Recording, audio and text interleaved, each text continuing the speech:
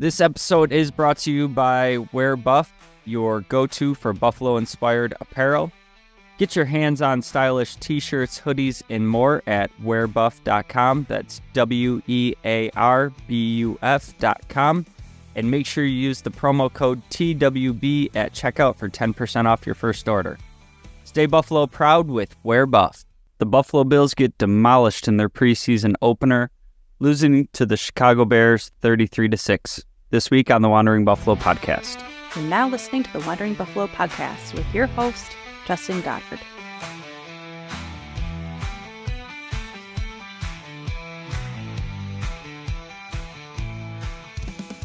Bills Mafia, welcome into another episode of the Wandering Buffalo podcast, a show on the Buffalo FamBase podcast network.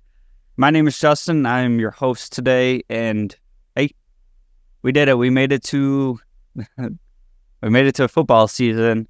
Not sure that the Buffalo Bills also made it to the start of the season. But preseason game 1 is in the books. Obviously, pretty bad shellacking put on the Bills by the Chicago Bears. And I'll start off right at the top. I'll try not to say this too much. It's preseason. I know that these games don't count for the record, and it's basically like an exaggerated practice against, like an exaggerated scrimmage with another team, right? So in the grand scheme of things, taking a pretty brutal L here doesn't really matter. That being said, it is super hard to get hype all season or all off season about, football coming up. We're all waiting for it, counting down the Sundays. You finally get some Buffalo Bills football, and you sat there for 3 hours and watched that. Kudos to you if you made it through all 3 hours. I had to do a second watch on the game. I was working after the game. I was already feeling pretty tired. That game knocked me out somewhere, mid-third quarter. And I had to go back and watch it again because I don't want to be here not knowing what I'm talking about. But it was a doozy of a game. And anybody who's not doing, a podcast or some sort of show afterwards that was able to hang in there for the whole game, props, because it was pretty brutal. There were some bright spots for me, but I thought overall the team looked kind of flat, uninspired, and I know that we're still getting some of the kinks out, right? Tons of overturn on this roster. I mean, when you look at just, the easy one for me is how many captains are changing on this team. And even aside from that, how many long-term players you've had with this team that are changing guard. So, like, if you're changing guard at the top of each position, there's a lot of change in the depth too. So I wasn't expecting, this Super Bowl ready, polished team coming out there. I was hoping for, a little bit more. So starting out, just going to kind of go through position by position, some of the things I saw, some of the things that stood out. Starting with the quarterback position, Josh Allen didn't play very much. It was about the first quarter. Went 2 of 3 for 22 yards. Also had a scramble in there. Came away with 7 yards on that and a first down. For the limited action we saw, nothing to complain about with Josh Allen. I like seeing him still being able to use his legs. I love seeing him get down before contact. Don't really need to see him running in the preseason. I do understand the starting offense playing a bit. I know some people never want to see Josh Allen touch the field for a preseason game. There's so much new on this offense, And, especially between Josh Allen and the weapons, the wide receiver core, you're returning Shakir from last year. So much overturn there, so much to get on the same page. And albeit limited snaps, I'm good with seeing the starters out there. So Josh Allen, nothing concerning there. Mitch Trubisky, very uninspired. Look, it's the backup quarterback position, and I'm not expecting, the next coming of Mitch Trubisky, the career revival at this point. I think that we've kind of seen him get that opportunity with Pittsburgh, and he's back in Buffalo. He's a backup quarterback, and it is what it is. I just always kind of hope, with the name, the draft stock, all that goes into Mitch Trubisky, the fact that he's getting a decent paycheck. I always want to feel like we have like this top tier backup situation in the league, and I just don't feel that way. Maybe it is a little bit of, the first game of the season, what have you. There's just a few opportunities where he just kind of missed wide open receivers. There was one to Q Morris that would have been a touchdown. Leave another one went to Q Morris that, he just missed him. These are just kind of plays that you have to be making as a quarterback, whether you're backup starter, whatever, and the dudes are running wide open. So Mitch Trubisky ends the day 10 for 18, 82 yards, 2 sacks. Nothing overwhelming there, just kind of meh numbers. Shane Buechele comes in after, went 6 for 10 for 53 yards, threw a pick 6, and was sacked 6 times, which is a pretty rough showing there for Shane Buechele. And I think the one thing that does matter a lot in the preseason is the context of who these guys are playing with when you get into the third team. And I'm going to go to the offensive line next because I think it all kind of ties in with the quarterback. I thought the offensive line today was just not good enough. And again, I know we didn't see a ton of the starters, but when you get into the second and third teams here, I don't think they looked like they're opening much for holes in the run game. See that with the paltry rushing numbers. I mean, 8 sacks given up. I know those aren't going strictly against the offensive line. Quarterbacks holding on to the ball too long, whatever. The pass protection, the run blocking, it just didn't look good today. And kind of waiting for the All-22 to come out to try to, look at each spot and see if there were, individuals shining certain moments, certain big plays, certain negative plays that were, really glaring. It's really hard to get a great grasp on the trenches just watching the game, in your standard broadcast view. But just kind of the overall result, feeling all that offensive line wasn't great today.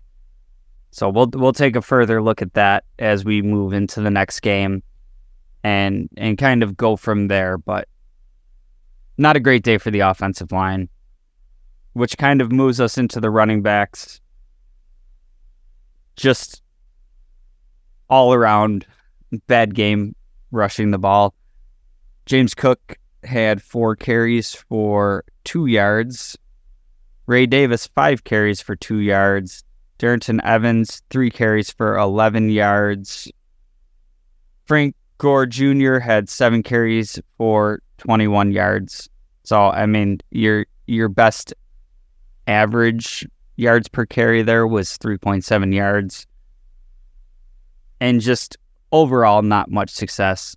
I mean, like opening the game, the first series, James Cook runs it up the middle twice, and it was like 2 carries for -1 yards. And it didn't look good from the start, which kind of leads into, you have no threat of the run game, cover the pass more, all that. But yeah, just in general, I can put some of this on the running backs. I can, split the blame up between the offensive line. But in particular, when we were trying to run up the middle, it just seemed like everything was like a house collapsing upon itself, and there was just kind of nothing there. I will say the running backs getting involved in the receiving game was encouraging, especially from the backup running backs here. Ray Davis was able to pull in 3 catches on 4 targets for 19 yards, and Frank Gore Jr. added 3 catches on 4 targets for 16 yards. So Ray Davis is somebody that I'm excited for what he can bring to the passing game.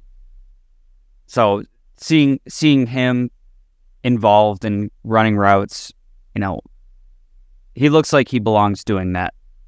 So when the ground game wasn't working, at least encouraged by Ray Davis being able to be involved in the passing game, kind of catch the ball and create a little bit afterwards. Frank Gore Jr. involved in the passing game, I wasn't expecting as much. Now, he wasn't running,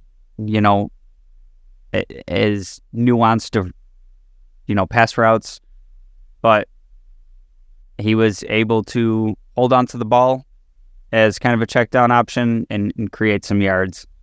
So overall for the day, running backs much more encouraging as receiving options than the ground game in this one.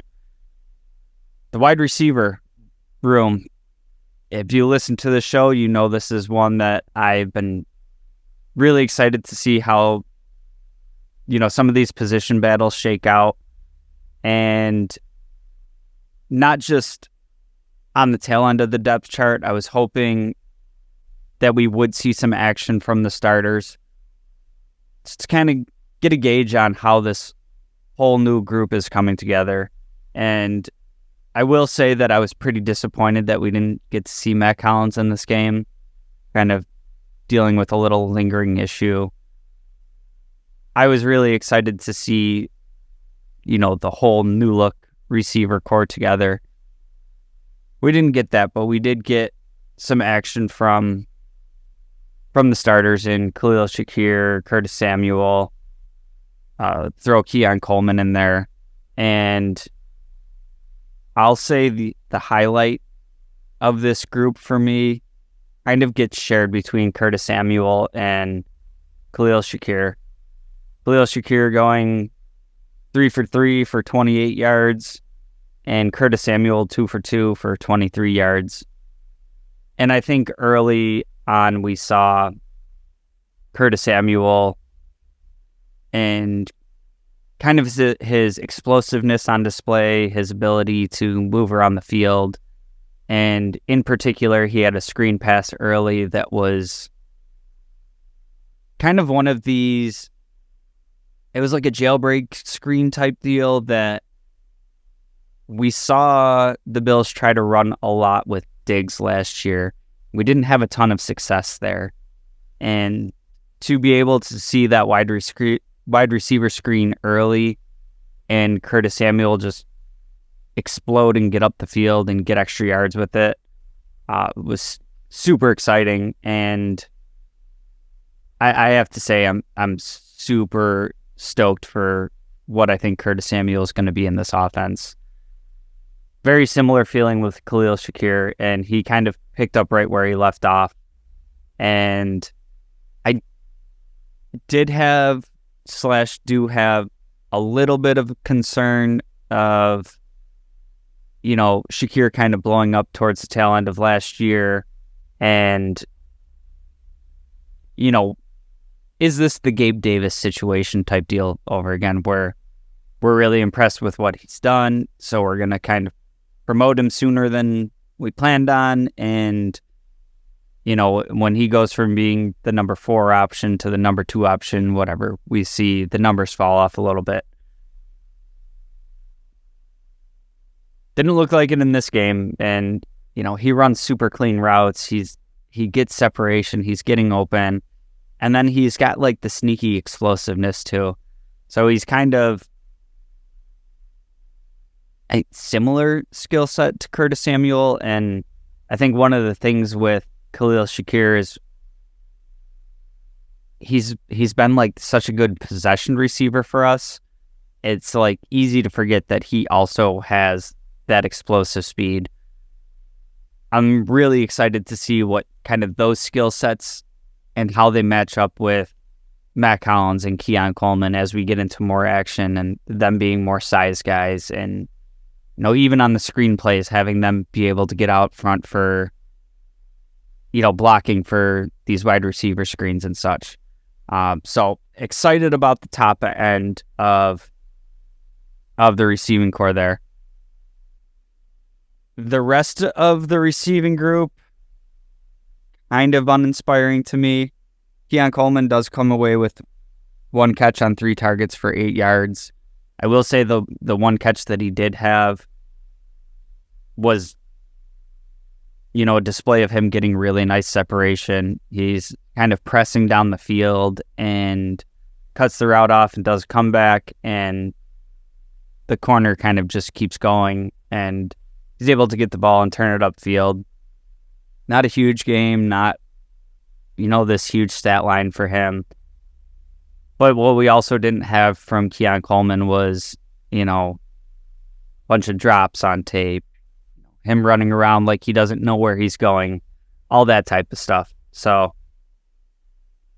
not a super explosive, fun, can't wait to talk about Keon Coleman's debut, which would have been super sweet to do for this show. But, nothing really crazy bad in the other direction either.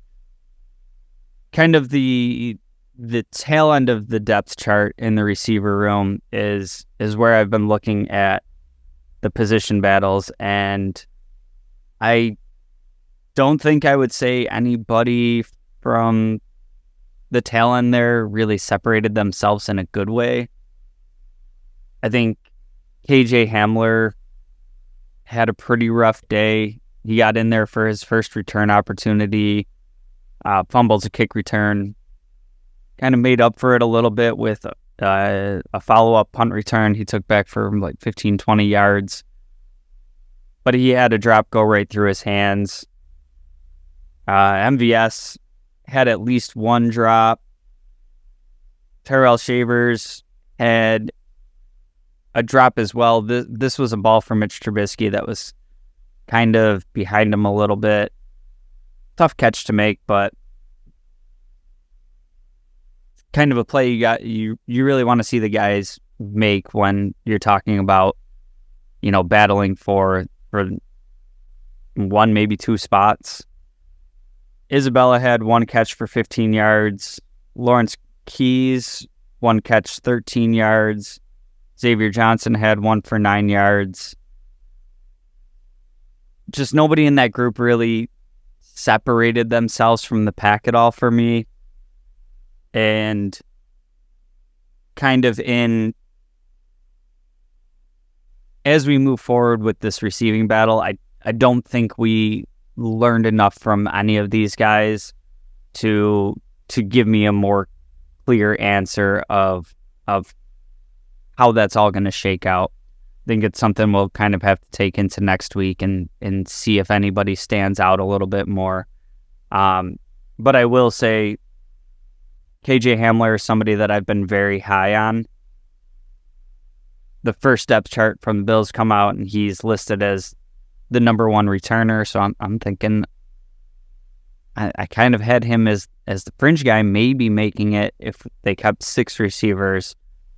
And I think he kind of just went backwards today, and now he's got some ground to make up. So we'll see what happens there. The tight end room, just really nothing doing here. Kincaid had 1 catch for 7 yards, and then the whole rest of the group. I already talked about Quentin Morris having kind of the 2 spots where he was open, and Trubisky just misses him. Everybody else, 1 target, no catches. I will say for the depth for the tight end 3 position, how much noise Davidson's been making during camp, I kind of was having him move up and maybe take that spot from Morris. After this game, I mean, that's 2 catches that Morris should have had that they're really not on him at all. And Davidson just didn't really do anything to... I think it's on Davidson to overcome Quentin Morris, and I didn't see that happening in this game. And when you kind of package that with the experience Morris has, the special teams that he brings to the table, I think Davidson is somebody that's hard to kind of ignore, but it might be a situation where we see him kind of working with practice squad again and go from there. But yeah, offensive side of the ball, nothing super inspiring. Spoiler alert, the Bears scored 33 points. There's nothing too inspiring on the defensive side either. I'll start with the defensive line. I just didn't see very much to inspire me from the interior of the defensive line. And this was kind of a group I was expecting to pop a little bit more for the depth that we've added, what we have kind of invested there. And I didn't see much that really inspired me at the D tackle position. Very similar with the offensive line. Again, it's kind of super hard to get a full scope of what's going on up there. You know, just watching the broadcast view, watching it in real time type deal. So this is one that I'll have to go to the All-22 as well and try to kind of get a better idea of who exactly stood out there. But not much really flashing for me at the defensive tackle position. Defensive end position, and I'll say for the defense as a whole, I think there were some good moments, but there was an awful lot of something that we've seen in the past, and I really hope it gets cleaned up here. Just being able to get the opposition into 3rd and long situations and then letting them convert it over and over again. And, you know, we saw all kinds of distances, 3rd and 9, 3rd and 12, 3rd and 6. And I think this has a lot to do with the pass rush just not really getting home and whatever. It's the preseason. You know, we're talking about our depth guys playing and guys that are going to be rotating and kind of have specialized roles and situations and what have you. A lot of guys that won't even make the team. But got to have more from the pass rush, and that's across the whole defensive line. So I will say that I was pleasantly surprised with both Kingsley Jonathan and Javon Solomon, and Javon Solomon in particular for being a late round pick, a rookie, you know, kind of seeing through training camp, not a ton of buzz about him, just hearing a lot of like he's the first guy in, last guy out, you know, working one-on-one with coaches and, you know, other players after practice type stuff. but like on the field, I haven't been hearing a ton about Solomon. And I thought the two of them together were getting in the backfield and they're having some disruptive plays. So a couple of guys that, the fringe of the defensive end rotation, when you're talking Epinesa, Groot, Von Miller ahead of them, thinking maybe they only keep 4 and go with 6 D tackles. I think if you keep seeing play like this from, Kingsley Jonathan and Javon Solomon, add in the new kickoff rules and, needing guys that can tackle and having it be more of like trench play, I think it might be a situation where we keep an extra D end or two, and that might, come as a blessing for these guys. The linebacker room, I was overall pretty pleased with. Obviously, we didn't see Matt Milano play today, but some of the depth pieces I thought looked pretty solid. Dorian Williams continues to be really great playing downhill. I don't think that's ever really been a question with him. It's more if he's doing the right things in the pass sets. The first watch through, I didn't see anything really glaring about him getting beat in the pass game or anything. He did have a tackle for a loss.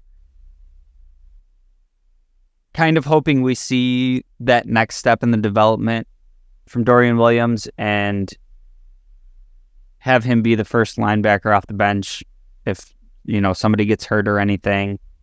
And I thought he looked pretty solid today. Deion Jones looked good for being, who he is to this team. An experienced veteran that comes in and is in the right spots. I would say the player that flashed the most for me here, and, maybe it's a little bit of bias to the story, wanting to see it more, but I thought Joe Andreessen had a really good game with some flashes in there. And the linebacker depth as it is, we've talked about it a lot on this show.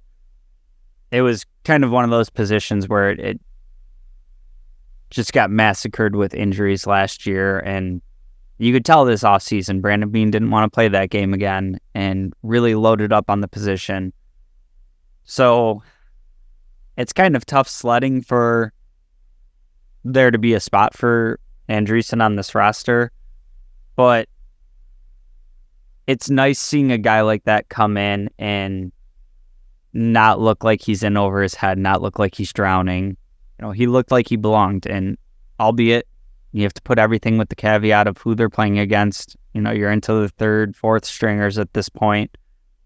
But he looked like he belonged to me, and maybe he doesn't crack the roster this year, but you have to root for the homegrown talent. Grew up in Buffalo, I believe it was Lancaster High School, went to UB. Those are fun stories, and you think about some of the guys that are on this roster. Cam Lewis, who came from UB and spent time on the practice squad, and had to take the long road to a path on the roster, but it's not unheard of for this team. Jamarcus Ingram, another player like that. So, and even to an extent, if Tyler Shavers is able to make this roster, those undrafted guys that come in and put in the work and kind of wait for their opportunity, I think we might be seeing, the first little sneak peek of the next iteration of that. In the secondary, I thought there wasn't really anything. It wasn't that noteworthy for me, and it kind of like going in either direction. I don't think anybody was really bad. I don't think anybody really did much to stand out. Though the one thing that really stood out to me was Kendall Williamson and the late hit. And, watching it again, didn't look like he was, trying to decapitate the dude or anything. He did look like he pulled up a little bit. That's just, the ball was clearly, far and away. The reception wasn't being made. And it's just something that you can't do in the NFL. There's no spot for it anymore. And being a guy that's, already got an uphill climb to make the roster, taking a penalty like that's not going to do you any favors. So I thought that was one thing that stood out in a negative light. The one that I think will kind of get swept under the rug and, lost to history here is I thought Cam Lewis had a really nice pass breakup that they called an illegal contact on him, and I've watched this play 5-6 times. I don't see anything there. Is what it is, I suppose. But I thought he had a really nice play there, and I think he continues to flash and have strong moments. And with the safety position all banged up, it's kind of encouraging to see a level of play from him that I would feel just about as confident with him in there as one of these other guys, Rapp, Hamlin. Insert the name here. I think the safety position lacks that elite talent, top name that we're used to in Poyer and Hyde, obviously. But I think what Bean has been able to do is he's assembled a bunch of guys that I think are on a fairly similar level, and I feel good about any of those, any of these selections. If they end up being the starter, I feel pretty good about them. And I've kind of adjusted my expectations for the safety position, and I believe it was Joe Marino talking about, how basically the safety position isn't what makes or breaks a team for a playoff run. And yes, it was Joe Marino. He was talking about kind of evaluating Hamlin and his season where he had a ton of starts due to injury. And you never really felt like, man, this team could win it all if it wasn't for that one safety back there. And it's a nice perspective to look at it from, because you can lose certain positions in football and have it really, destroy your goals for the season. I think with how defenses are playing in today's NFL, where it's kind of keep everything in front of you, come up, make the tackle, not let the big plays get past you. I don't think that you need, the super high end of the spectrum from the safety group. And I think we have a bunch of guys that can be solid starters. So I feel pretty good about that group. Cornerbacks, I will say starters weren't in there very long, but very early in the game, Rasul Douglas had a great play, gets in the backfield, and has a tackle for a loss. So overall, I mean, the game was 33-6, right? Ton to work on, ton to clean up, and thankfully it's preseason, and this isn't, a doozy that we opened the regular season with, but put a ton of stuff on tape for McDermott to coach these guys up on. I will say, wrapping it up, I'd kind of be remiss not to mention Caleb Williams here a little bit. First overall pick. He gets his first game action against our Buffalo Bills. From what I can take out of it and the little grain of salt that you put into what you see in the preseason, he looks the part. There's one play that kind of really sticks out to me as it's a play action running back headed to the left, and Williams is rolling to his right and sees his receiver and just cranks one in there. It's one of the throws that's like all arm. His feet aren't set. He's not square. None of that. Just a play that feels kind of routine to us because we've seen Josh Allen do it so many times.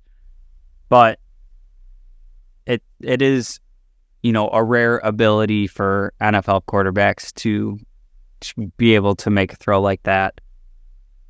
Didn't see a ton from him in this game either, but encouraging for any Bears fans that might have showed up here. I know the Bears have a history of really, really bad quarterback play, and who's the best quarterback in Bears history? It's maybe Jay Cutler. So, for being a franchise in the Buffalo Bills that have really struggled in that department throughout their history as well, little encouraging for a team like the Bears to appear to have found their guy. So, wanted to give a little kudos there to Caleb Williams. But that will do it for this week's episode of the Wandering Buffalo podcast. If you've made it all the way here, I do ask, as always, you like, share, subscribe, tell a friend. All your support helps us keep these shows coming out every week. As we get into the games being played here, the schedule might get a little bit wonky because I'm going to try to get you my reactions as soon as possible. Before I do, a game recap show, I always like to watch the game live and then get at least one rewatch of the game. So I won't be recording, immediately after the game ends for the most part. When I have the ability, I will watch the game at least twice before I give my thoughts on it. So make sure you're subscribed for that reason. If the schedule gets a little wonky, you'll always get the notification that the new episode is out. Like I said at the top of the show, we are on the Buffalo FamBase Podcast Network. If you made it this far in the show and you went the other way and you don't like it, you don't want to listen, that's cool too. But check out the FamBase Network. There's shows coming out every day of the week. There's something out there for everybody. If you're looking for Bills content, there's a show for everybody on the network. So make sure you're checking that out. I appreciate you taking the time out to join me this week. Next week, we will be breaking down the preseason game against the Steelers. In the meantime, as always, go Bills.